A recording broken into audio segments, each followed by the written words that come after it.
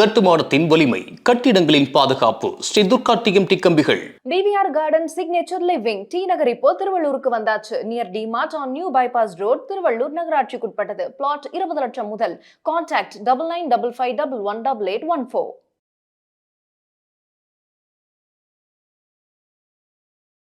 பக்தி கபை நேயர்கள் அனைவருக்கும் வணக்கம். நான் உங்களுடைய காதல் ஜோதிடர் ஈஸ்வரிங்க. இந்த காதல் ஜோதிடர் ஈஸ்வரி நான் சொல்கிறேன் இல்லையா, ஸோ இந்த காதல் சம்மந்தப்பட்ட விஷயத்தை நான் பேசாமல் இருந்தால் எப்படி? ஸோ இன்றைக்கி அதை பற்றி தெரிஞ்சுக்கலாம் வாங்க.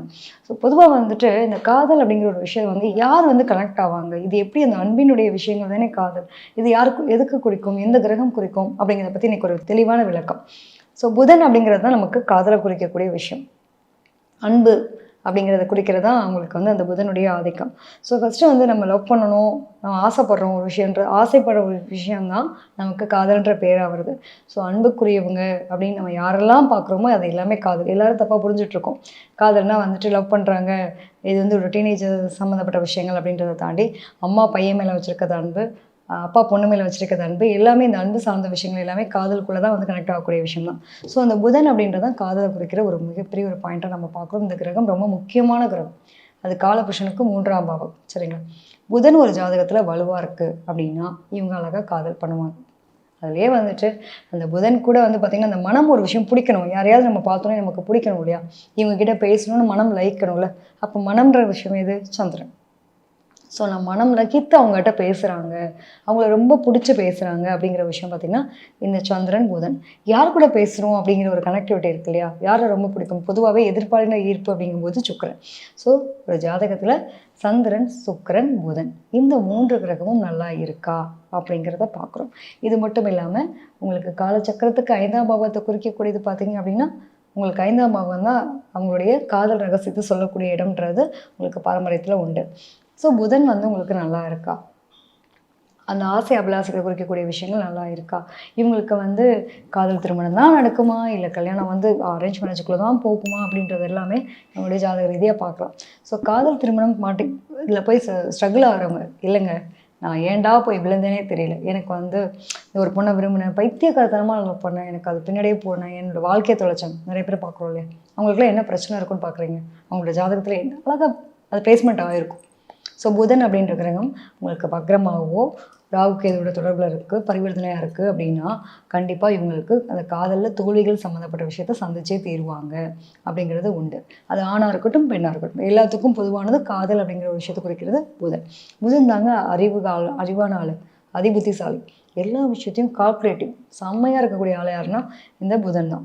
அப்போ காதலுக்கான கிரகமும் புதன் தான், அறிவுக்கான கிரகமும் புதன் தான், படிப்புக்கான கிரகமும் புதன் தான். ஸோ அது எந்த அளவுக்கு உங்களுக்கு நல்லா இருக்குது அப்படிங்கிறத பொறுத்து தான் நிலைகள் மாறும். சரிங்க, நான் வந்து காதல் திருமணம் தான் பண்ணுவேனா இல்லை அரேஞ்ச் மேரேஜுக்குள்ளே தான் போவேனான்றதை நான் எப்படி தெரிஞ்சுக்கலாம் அப்படின்னா உங்களுக்கு வந்து இந்த புதனும் சுக்கிரனும் ஒன்றாக இருக்குன்னு வச்சுக்கோங்களேன். இப்போ புதன் சுக்கிரன்றது உங்களோட ஜாதகத்தில் ஈஸியாக உங்களுக்கு புரிகிற மாதிரி சொல்கிறேன். சரிங்க, எந்த கட்டத்தில் வேணால் இருக்கட்டும் புதனும் சுக்கிரனும் ஒரு ஒன்றாக இணைவாக இருக்குது அப்படின்னா உங்களுக்கு காதல் திருமணம் நடக்கிறதுக்கான கொடுப்பனை உண்டு. அது மட்டும் இல்லாமல் உங்களுக்கு வந்து 3-11ன்னு சொல்லுவோம். அதாவது புதன்லேருந்து என்னென்னீங்கன்னா 3ஆம் இடத்துல சுக்கிரனோ அல்லது 11ஆம் இடத்துல சுக்கிரனோ, இல்லை சுக்கிரன் இருக்கிற இடத்துலேருந்து 3ஆம் இடத்துலையோ 11ஆம் இடத்துலையோ புதன் இருந்துச்சு அப்படின்னாலும் உங்களுக்கு காதல் திருமணம் அமைகிறதுக்கான கொடுப்பனை இருக்குது. சில பேர் சொல்லுவாங்களம்மா, நான் வந்து தாய் மாமா பையனை கல்யாணம் பண்ணிப்பேனா, தாய் மாமா பொண்ணை கல்யாணம் பண்ணிப்போம்னா, என்னோட அத்தை பொண்ணை கல்யாணம் பண்ணிப்போம்னா அப்படின்னு கேட்பாங்கல்ல. அவங்களோட ஜாதகமே பார்த்திங்க அப்படின்னா இந்த 2 கிரகங்களும் ஒரே கட்டத்தில் இருக்கும். உறவு முறை சார்ந்து திருமணம் பண்ணுறதுக்கு இந்த ஒரு கொடுப்பனை இருக்கும். அதுலேயும் பார்த்திங்கன்னா சனி சம்மந்தப்பட்ட விஷயங்களும் அவங்களுடைய பரம்பரை சார்ந்த விஷயங்களும் இதில் கனெக்டடாக ஆகும். இப்படிலாம் இருந்தது அப்படின்னாலே நம்ம தெரிஞ்சுக்கலாம் இவங்க வந்து ஒரு காதல் திருமணத்துக்குள்ளே போகிறாங்க, இவங்க சொந்தத்தில் தான் திருமணம் பண்ண போகிறாங்க அப்படிங்கிறத ஜாதக ரீதியாக நம்ம அனுமானம் பண்ணிக்கலாம். ஸோ இந்த ஒன்றுக்கும் மேற்பட்ட காதல் தோல்விகளை சந்திக்கிறதுக்கான காரணம் என்ன அப்படின்னா வக்ரமாக இருக்கிறது, பரிவர்த்தனையாக இருக்குது, இதெல்லாம் இருக்குது அப்படிங்கிறப்போ ரொம்ப பார்த்து பண்ணணும். இதை தாண்டி வீட்டை விட்டு போய் கல்யாணம் பண்ணக்கூடிய நிலைன்னு ஒரு விஷயம் இருக்குல்ல, பஞ்சாயத்தோடு தான் எங்கள் கல்யாணம் நடந்துச்சு பல பேர் சொல்கிறாங்களே, அதுக்கு என்ன காரணம் அப்படின்னு பார்த்தீங்கன்னா இந்த குருக்கு இருக்கிறது வந்து எக்ஸ்ட்ரீமாக யோசிக்க வைக்கும். எனக்கு என்ன வேணுமோ எனக்கு முடிவு பண்ண தெரியும் அப்படின்றதுக்கு ஒரு துணிச்சலை கொடுக்கும். இதே குருச்சுவாக இருக்குன்னா வம்பு வழக்கு பஞ்சாயத்துன்றதெல்லாம் தெரியும். இப்போ ஒரு பையன் ஜாதகம் குருச்சுவாக இருக்குது, அவங்க அந்த பொண்ணோட ஜாதகம் குருச்சுவாக இருக்குன்றது வேறு. பட் இந்த குருச்சுவாக இருந்தாலே பார்த்து கல்யாணம் பண்ண வேண்டிய கொடுப்பனை அப்படிங்கிறது ரொம்ப ஸ்ட்ராங்காக இருக்குது. நிறைய பேருக்கு அந்த குழந்தை பிறப்புக்கான விஷயங்களையுமே தடை தாமதம் குறிக்கும் பார்த்தீங்களா. அப்போ இந்த கிரகம் இருந்துச்சு அப்படின்னா அவங்களாம் ட்ரீட்மெண்ட்டில் குழந்தை பெற்றுப்பாங்க அப்படிங்கிறது நம்ம சொல்லலாம்.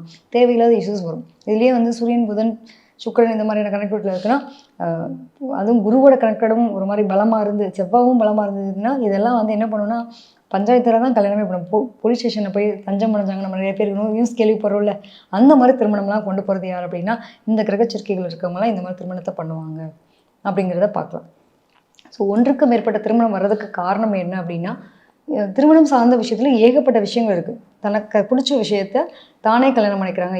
யாருக்கிட்டையும் வந்து வெளிப்படுத்தாமல் கல்யாணம் பண்ணுறாங்க, வீட்டுக்கு சொல்லாமல் கல்யாணம் பண்ணுறாங்க, ரகசிய திருமணமாக பண்ணுறாங்க. சில பேர் வந்து பார்த்தோன்னா அவங்களுக்கு எல்லோரையும் ஊர் கூட்டி கல்யாணம் பண்ணுறாங்க. அப்படிங்கிறப்போ ஒவ்வொரு நிலைகளும் மாறுபடுது. ஸோ எனக்கு ஒன்று ஜாதி மறைய திருமணம் இப்போ நிறைய கேள்விப்படுறோம். நிறைய இடங்கள்ல ஜாதி மறைய திருமணம்லாம் வருது. அதுக்கு என்ன காரணம் அப்படின்னா இந்த ராகு கேதுனுடைய தொடர்பு தான். வேறு மொழி வேறு மதத்தை சேர்ந்தவங்களை கொண்டு வரதுக்கான கொடுப்பனைகள் என்ன இருக்குன்னா ராகு இருந்தது. அந்த மாதிரி ராகு கேது இருக்குன்னா அந்த விஷயங்கள் கண்டிப்பாக நடந்தே தீரும் அப்படிங்கிறத நம்ம ரொம்ப ஸ்ட்ராங்காக சொல்லலாம். அது மட்டும் இல்லாமல் ஒன்றுக்கு மேற்பட்ட திருமணங்கள் போகும்போது இவங்களுக்கு கிரகங்கள் அவங்களுடைய கிரகச்சரிக்கை என்னவாக இருக்குன்னா அவங்களுடைய அவங்க ஜெனட்டிக்கில் அந்த மாதிரி பிரச்சனை இருக்குது அப்படின்னா அதை ரொம்ப பார்த்துக்க வேண்டிய விஷயம் ஒன்று.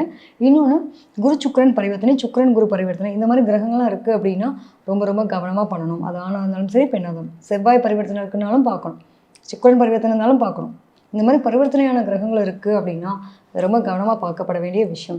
திருமணம் சம்மந்தப்படும் போது நம்ம காதலில் தொடங்கி கல்யாணம் வரைக்கும் நம்ம என்ன மாதிரிலாம் கிரகங்கள் இருக்கும் இது வந்து எல்லாருக்குமே தெரியுது. இன்றைக்கி இருக்கிற பசங்களுக்கு அவங்களே அவங்களுடைய ஜாதகத்தை அழகாக சொல்கிறாங்க, எனக்கு இந்த கிரகம் இந்த மாதிரி இருக்குது அந்த மாதிரி இருக்குது அப்படின்னு நிறைய பேர் சொல்லக்கூடிய விஷயம். மேம் நீங்கள் சொல்கிற கிரகச்சரிக்கை எனக்கு இருக்குது, அதனால தான் நான் வந்து இது எப்படி இருக்குன்றதை தெரிஞ்சுக்க விரும்புகிறேன் அப்படின்னு சில பேர் கேட்பீங்க. ஸோ அதுக்காக தான் எனக்கு இந்த பதிவு ஒரு விழிப்புணர்வு பதிவாகவே எடுத்துக்கோங்க. எந்த மாதிரி உங்கள் ஜாதகத்தினுடைய தன்மைகள் இருக்குன்றதை தெரிஞ்சுக்கிட்டீங்க அப்படின்னா உங்களுக்கான வாழ்க்கை இப்படி தான் அமைய போகுதுன்றதை நீங்கள் ப்ரொசீட் பண்ணலாம். ஸோ இதை வந்து நம்ம எப்படி சரி பண்ணலாம், இந்த பிரச்சனைகள் இருக்குது அப்படின்னா எப்படி சரி பண்ணலாம். சப்போஸ் எனக்கு இந்த ராகுக்கே தொடர்பு இருக்குது, 2 திருமணம் அமைப்பு இருக்குன்னா 26 வயசில் பொண்ணாக இருந்தால் கல்யாணம் பண்ணுங்கள், பையனாக இருந்தால் 29 வரைக்கும் வெயிட் பண்ணுங்கள். அவசரப்பட்டு முன்னாடி பண்ணிங்கன்னா பிரச்சனை சந்திப்பீங்க. இதையும் நம்ம சொல்யூஷன் சொல்கிறோம். ஸோ உங்களுக்கு திருமண காலகட்டம் அப்படி தான் வருதானா அந்த காலகட்டம் வரைக்கும் உங்களுக்கு பிரச்சனைகள் சந்திக்கக்கூடிய நிலைகள் இருக்கலாம். ஏன் அப்படி நிலைகள் இருக்கும் அப்படின்னா இந்த கிரகச்சரிக்கை இந்த வயசு வரைக்கும் இந்த பிரச்சனையை கொடுக்கும். அதனால தான் உங்கள் திருமண காலம் சில பேர் வந்து மேம் நான் லவ் பண்ணேன் மேரேஜ் பண்ணிட்டேன், ஸோ அந்த குறிப்பிட்ட காலம் வரைக்கும் நீ அமைதியாயிரு, எந்த டெசிஷன் எடுக்காது, பிரச்சனைகள் வரதான் செய்யும், அதை ஃபேஸ் பண்ணி தான் வரும். ஸோ இந்த மாதிரியான ஒரு தீர்மானங்களை நம்ம எடுத்துக்கிறதுக்கு ரொம்ப உதவியாக இருக்கிறது தான் நம்மளுடைய வாழ்க்கை சம்மந்தப்பட்ட மிகப்பெரிய ஒரு முக்கியமான பொக்கிஷம்னே சொல்லலாம் ஜாதகத்தை. ஸோ அந்த ஜாதகத்தை நம்ம எப்படி தெரிஞ்சுக்கிறோம், எப்படி நம்மளுடைய வாழ்க்கையில் அதை பயன்படுத்துகிறோம், என்ன மாதிரி விஷயங்களை எப்படி நம்ம அது எப்பவுமே வந்து பின்னாடி வரக்கூடிய பிரச்சனை முன்னாடி அறியக்கூடிய அமைப்பு தான் ஜாதகம். அப்போ இது சார்ந்த விஷயங்கள் நமக்கு இருக்குது அப்படின்றத தெரிஞ்சுக்கிட்டா நம்ம ஒரு விழிப்புணர்வாக இருக்கலான்றதுக்கு தான் இந்த ஒரு பதிவு.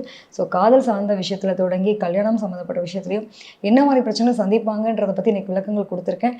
இது எந்த அளவுக்கு உங்களுக்கு ஒத்து போகுதுன்றதை பற்றின விஷயங்கள் நீங்கள் சொல்லுங்கள். அடுத்த ஒரு பதிவில் உங்களை சந்திக்கிறேன். நன்றி, வணக்கம். இந்த வீடியோ உங்களுக்கு பிடிச்சிருந்தா லைக் பண்ணுங்க, ஷேர் பண்ணுங்க, கமெண்ட் பண்ணுங்க. மறக்காம பெல் பட்டனை கிளிக் பண்ணிட்டு பக்தி கஃபே தமிழ் சேனலை சப்ஸ்கிரைப் பண்ணிடுங்க.